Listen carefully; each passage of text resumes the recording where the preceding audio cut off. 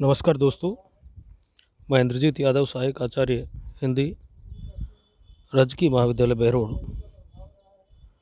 BA पाठ प्रथम वर्ष के हिंदी साहित्य के प्रथम प्रश्न पत्र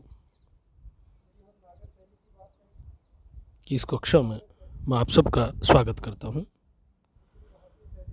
दोस्तों, हमने जब विषय वस्तु पर चर्चा की थी तब हमने जाना था कि प्रथम वर्ष में काव्यखंड में आदिकाल और भक्ति काल दो पार्ट लगे हुए।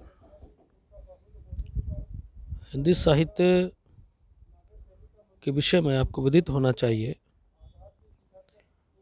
कि हिंदी साहित्य का जो विभाजन है, समय के आधार पर जो विभाजन, प्रवृत्ति और समय को ध्यान में रखते हुए जो विभाजन किया था, वो सर्वाधिक प्रमाणिक आचार्य रामचंद्र शुक्ल का माना गया था। और शुक्ल 1050 से 1375 तक का जो समय है, संवत, उसको आदिकाल कहते हैं। 1375 से 1700 तक का जो समय है, ये संवत में होगा, ईस्वी में नहीं होगा, ध्यान रखना। रामचंद्र शुक्ल जो भी बात करते हैं वो संवत में करते हैं। तो 1375 से 1700 का जो समय है वो भक्ति काल के नाम से जाना जाता है।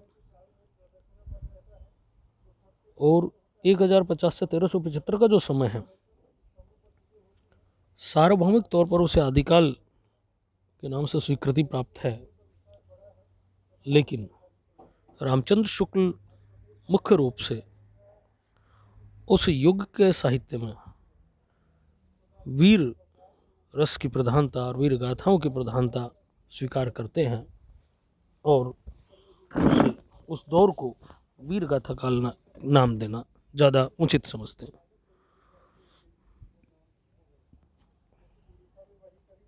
और द्वितीय जो उत्थान रहा उसको भक्ति काल कहा। इस दौर में भक्ति परक रचनाओं की प्रधानता रही है।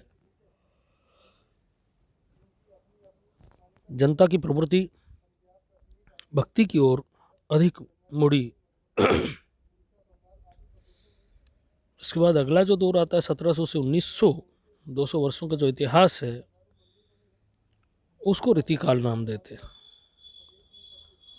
और 1900 से आज तक को आधुनिक काल की संज्ञा देते हैं, जिसे बाद में काव्यखंड, गद्यखंड, काव्यखंड या गद्यकाल भी कहते हैं आधुनिक काल को। तो आदिकाल का मतलब है, वीरगाथा काल का मतलब है, एक तो नाम से ही स्पष्ट है कि आदि का मतलब आरंभ, कि जहाँ से हिंदी का आरंभ हुआ, जहाँ से हिंदी में लेखन आरंभ हुआ, वो आदिकाल है। तो लगभग बहुधा समीक्षकों का मानना है कि इस समय 1000 ईस्वी के आसपास हिंदी का लेखन आरंभ हो गया था। लेकिन कतिपय लोग उसे 7वीं 8वीं शताब्दी तक लेकर जाते हैं।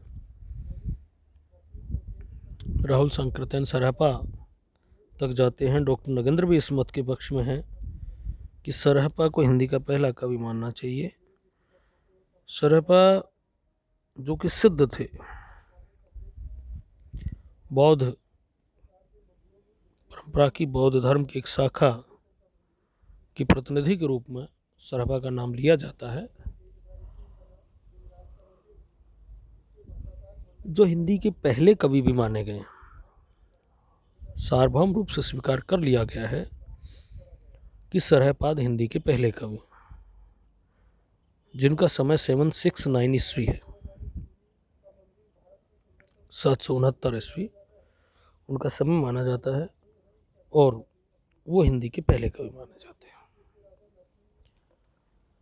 ठीक है, ये तो हुई हिंदी के कवि, हिंदी का आरंभ, जो बात थी मोटे तौर पर चर्चा की। बाकी हम एक एक बिंदु को लेकर पहला कवि, नामकरण,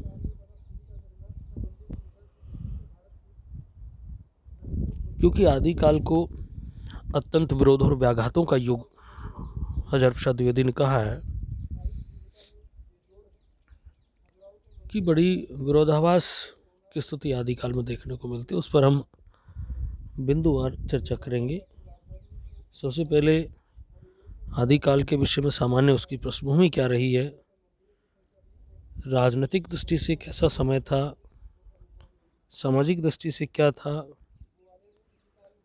धार्मिक दृष्टि से कौन कौन सी प्रवृत्तियां विशेषकर सामाजिक जगत में मौजूद थी। क्योंकि हम कहते हैं साहित्य समाज का दर्पण होता है, तो हमारा समाज, धर्म, राजनीति सबसे प्रभावित होता है।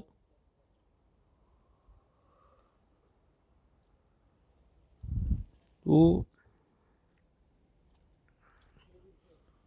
जो ये आदिकाल का समय है, हर्ष के बाद 6वीं शताब्दी में हर्षवर्धन की जैसे मृत्यु होती है तो केंद्रीय जो शासन सत्ता थी वो कमज़ोर हो जाती है, खत्म हो जाती है। एक प्रकार से हर्ष के बाद केंद्रीय शासन व्यवस्था नहीं थी और छोटे छोटे जितने भी राजा रजवाड़े थे उसके अधीन थे, सब ने अपने आप को स्वतंत्र घोषित कर दिया, सब आज़ाद हो गए, है ना। कहने का तात्पर्य आप समझ रहे होंगे कि एक तो सत्ता सेंट्रलाइज हो, एक व्यक्ति विशेष पूरी व्यवस्था को संभाले। जैसे आज है हमारे यहाँ केंद्र सरकार है, हम सांसदों का चयन कर वहाँ भेजते हैं, राज्य में भी सरकारें हैं और केंद्र सरकार का निर्माण भी विभिन्न राज्यों के प्रतिनिधि मिलकर करते हैं। तो केंद्रीय सत्ता है, राज्यों को भी कुछ अधिकार दिए गए हैं, लेकिन सभी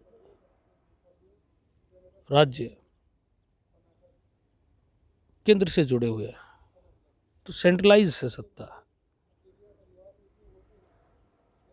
तो हर्ष के समय ऐसा ही हुआ।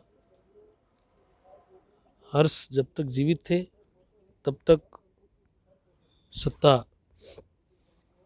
केंद्रित रही, लेकिन जैसे ही हर्ष मर गए तो जो भी छोटे छोटे राज्य थे, देसी राज्य थे, उन सब ने अपने आप को स्वतंत्र घोषित कर दिया। इसको आप बहुत अच्छे से अपने परिवार से समझ सकते हो। परिवार का मुखिया होता है, वो सबको बांधे रखता है, सब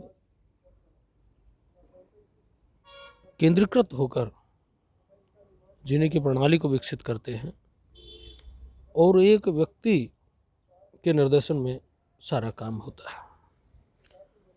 लेकिन बहुधा यदि मुखिया का देहावसान हो जाए तो सभी भाई हैं वो अपने आप को स्वतंत्र भाई अलग होने की प्रक्रिया से गुजरते हैं और अपना अपना क्षेत्राधिकार निश्चित हो जाता है कि ये मेरा, ये मेरा, ये मेरा। आप देखते हैं घर में जब ये मेरा हो जाता है तो झगड़े बढ़ते हैं, होती है ना लड़ाइयाँ कि इसने मेरी तरफ ये डाल दिया, इसने ईंट डाल दी, इसने पत्थर डाल दिया, इसने कचरा डाल दिया। क्यों? क्योंकि केंद्रीय सत्ता स्थापित थी, वो खत्म हो गई, अब सब आज़ाद हैं, तो सब एक दूसरे से निरंतर संघर्ष की स्थिति में रहते हैं। यही कहीं ना कहीं हर्ष के बाद हुआ और सारे जिन्होंने अपने आप को स्वतंत्र घोषित किया वो सब लड़ने लग गए एक दूसरे से, संघर्ष। क्षेत्राधिकार का विस्तार करना, क्षेत्राधिकार को बढ़ाना, और जरूरी नहीं है क्षेत्राधिकार बढ़ाने के लिए ही संघर्ष किया जाए। कई बार इस समय संघर्ष महज इस बात के लिए हो जाते थे कि शक्ति प्रदर्शन करना है, कि अन्य पड़ोसी राज्यों को ये विदित रहे कि हमारे पास पावर है, ताकत है। ठीक है, जैसे आज आप देखते हो कि कभी भारत और रूस की सेना युद्धाभ्यास कर रही है, कभी पाकिस्तान और चीन की सेना युद्धाभ्यास कर रही है, कभी भारत और अमेरिका की सेना युद्धाभ्यास कर रही है। लड़ाई नहीं लड़नी उनको, किसी से कोई वैचारिक मतभेद नहीं है जिसके लिए वो युद्धाभ्यास कर रहे हैं।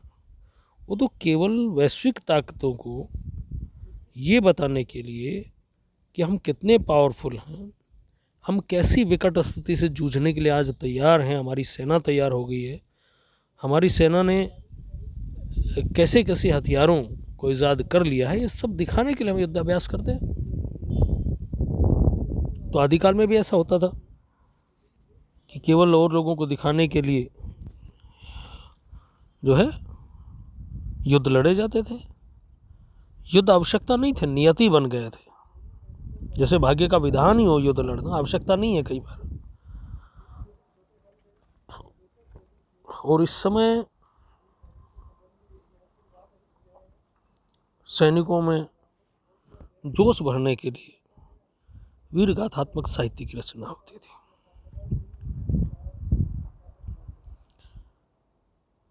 अब ऊपर जो बात है इससे क्लियर है आपको कि राजनीतिक दृष्टि से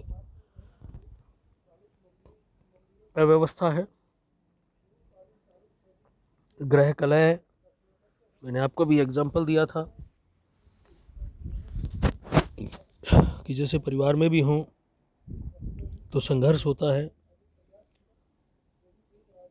ग्रह कलह पराजय का दौर था। जब चारों तरफ संघर्ष हो, विवाद हो, तो समाज जो है उससे श्रेष्ठ मानसिकता उसमें डेवलप हो, इसकी कल्पना कैसे की जा सकती है ना। और जोश के साथ साथ जब कभी शांति की स्थिति होती या युद्ध के बाद रात्रि का जो समय होता था, उसमें शांति काल के जो समय होता था उसके लिए श्रृंगार परक काव्य भी लिखे गए। ठीक है दोस्तों, क्लियर जो बात हुई है कि दो बातें हमारी हुई। एक तो सबसे महत्वपूर्ण बात यह है कि इस समय केंद्रीय सत्ता का विघटन हुआ और जितने भी छोटे छोटे शासक थे सबने अपने आप को स्वतंत्र घोषित कर दिया और सारा हिंदुस्तान जो केंद्रीकृत था अब वो टुकड़ों में बट गया, छोटे छोटे राज्यों में बट गया। और छोटे छोटे राज्यों में बंटने से निरंतर जो संघर्ष की स्थिति थी वो पैदा हो गई। युद्ध आवश्यकता नहीं थे, नियति थे। मैंने पूर्व में आपसे बात की है कि ज़रूरत नहीं होती थी, लेकिन केवल शक्ति प्रदर्शन के लिए कि दूसरे शासक को, पड़ोसी को पता रहे कि हमारे पास कितनी ताकत है। जैसे मैंने अभी बताया आपको कि अब बहुधा ऐसा आप देखते हैं, पढ़ते हैं कि भारत और पाकिस्तान, भारत और अमेरिका, भारत और रूस की सेनाएं हैं वो संयुक्त युद्धाभ्यास कर रही है। उस संयुक्त युद्धाभ्यास का भी अर्थ यही होता है कि दुनिया को दिखा देना कि हमारी सेनाएं किस तरह की विकट परिस्थितियों से जूझने के लिए तैयार हैं, हर विकट परिस्थिति का सामना करने को तैयार है। तो वही बात आदिकाल के दौर में थी, आदिकाल के समय में थी। निरंतर युद्ध होते रहते थे, इसलिए सैनिकों में जोश भरने के लिए, जुनून भरने के लिए वीर रसात्मक काव्य की रचना होती थी। और ऐसा होने से स्पष्ट है कि राजनीतिक दृष्टि से ये पतन का दौर था, ग्रह कलह का दौर है, अवनति का दौर है। और जब राजनीतिक दृष्टि से इस तरह की व्यवस्थाएं हो तो उच्च सामाजिकता की परिकल्पना हम नहीं कर सकते कि श्रेष्ठ समाज का निर्माण कैसे ऐसी परिस्थितियों में कैसे हो सकता है। धन्यवाद दोस्तों, कल फिर मिलते हैं अगली कक्षा में।